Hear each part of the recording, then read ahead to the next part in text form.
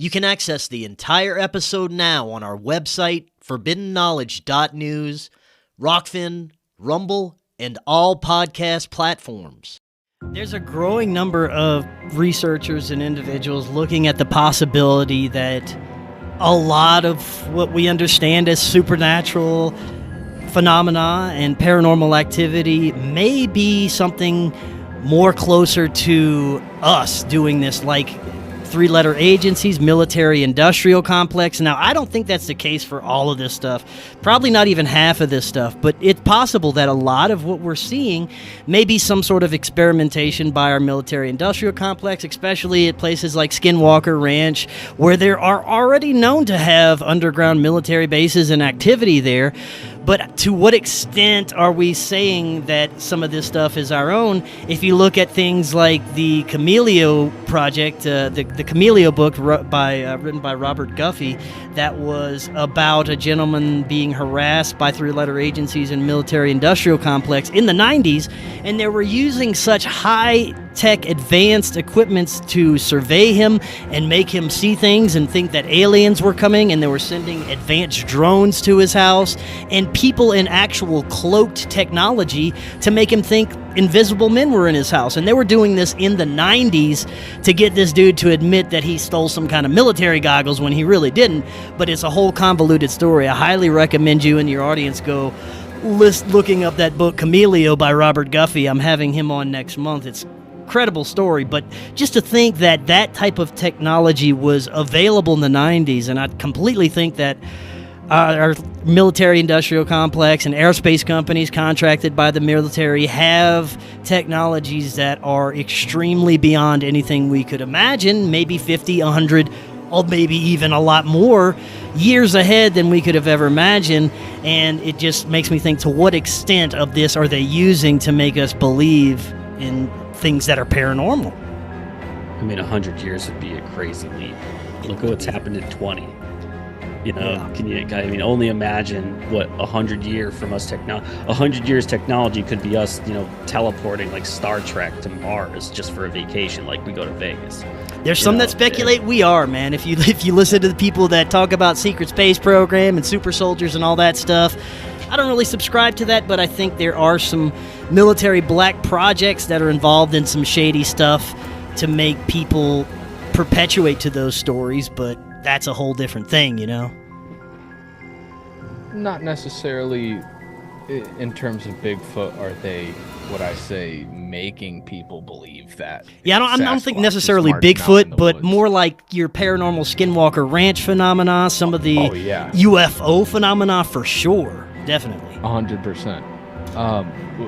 You mentioned underground bases. Now, there's a bunch of people believe that there are DUMBs, deep underground military bases, underneath several of our national parks. And in our national parks are where you're seeing a lot of these Sasquatch encounters and Sasquatch sightings. And you had mentioned that there might be these cryptid men in black who, know when they're walking about and know when they die. What if that's because they are chimeras created in these DUMBs, chipped at birth? They're able to track their heart rate, track their movement, that they know all that is happening with these creatures. That brings a little bit more validity to that men in black sort of scenario for cryptids for me. I don't know, wild shit, dude. It is. And one of the tales that my experiencer Scott was telling me that started happening to him recently, he'd start having missing time, and he'd wake up the next morning with memories of being escorted through underground tunnels and underground catacombs by extraterrestrials. And not only extraterrestrials, Bigfoot were there with him. And they would be, sometimes he would witness military personnel there just at a passing glance. But all these memories are somewhat dreamlike, and they're not complete. It's like he's somewhat drugged during these experiences. So it's very interesting to think that there could be some kind of collusion with humans and these creatures. You make the statement that Mike had made, like when he had said something about Bigfoot possibly, aligning with, it could be extraterrestrial, could not be extraterrestrial. if it's working with greys and reptilians and mantoids and whatever, types of extraterrestrials we have on the list in all of our speculation,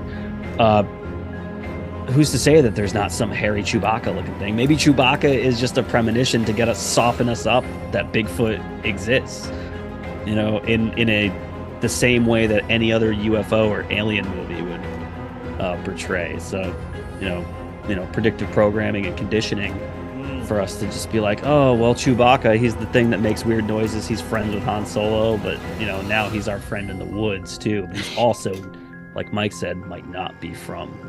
Yeah. Might not be earthbound. Yeah. Well, they say that Bigfoot is supposed to be like the missing link.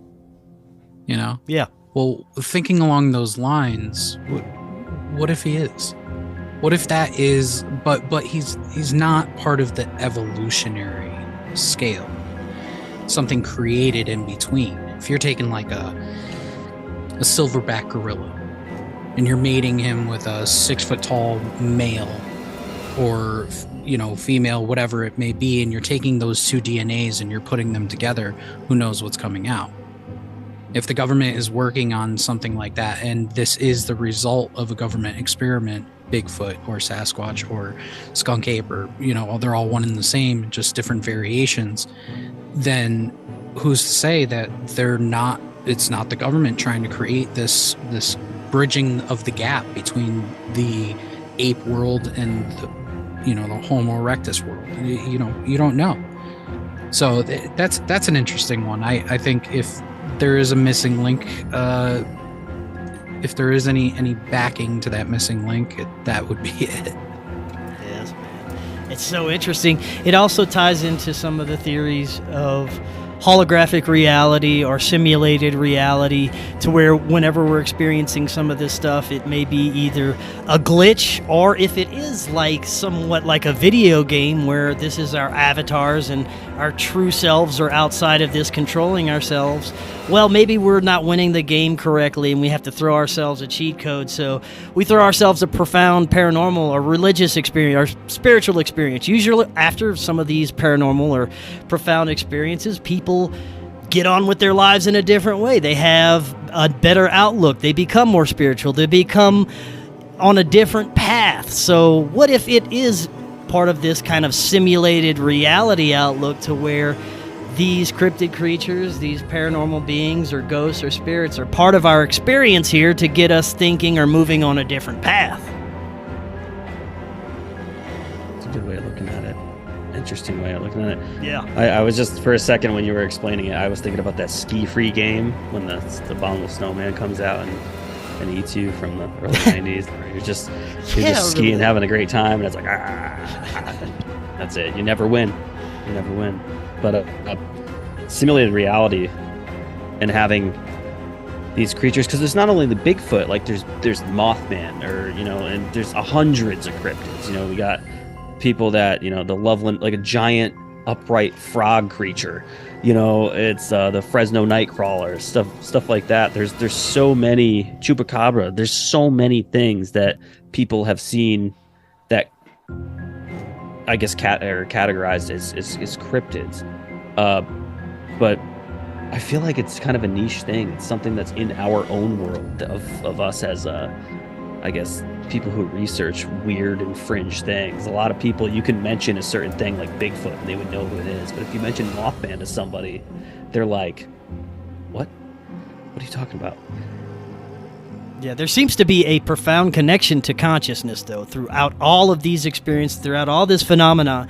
It seems to have a lot to do with our perception, and sometimes I wonder, and I've had guests on recently that pose the question of if this is pure consciousness that we're interacting with that can manifest or materialize even into physical form based on our awareness, based on our perception, based on our interaction with it, that it is all one pure consciousness energy or source or whatever you want to call it that can interact with us in different ways. If you think of people's non-physical contact experiences, psychedelic experiences, where they seem to be talking with this intelligence, this overarching intelligence that knows everything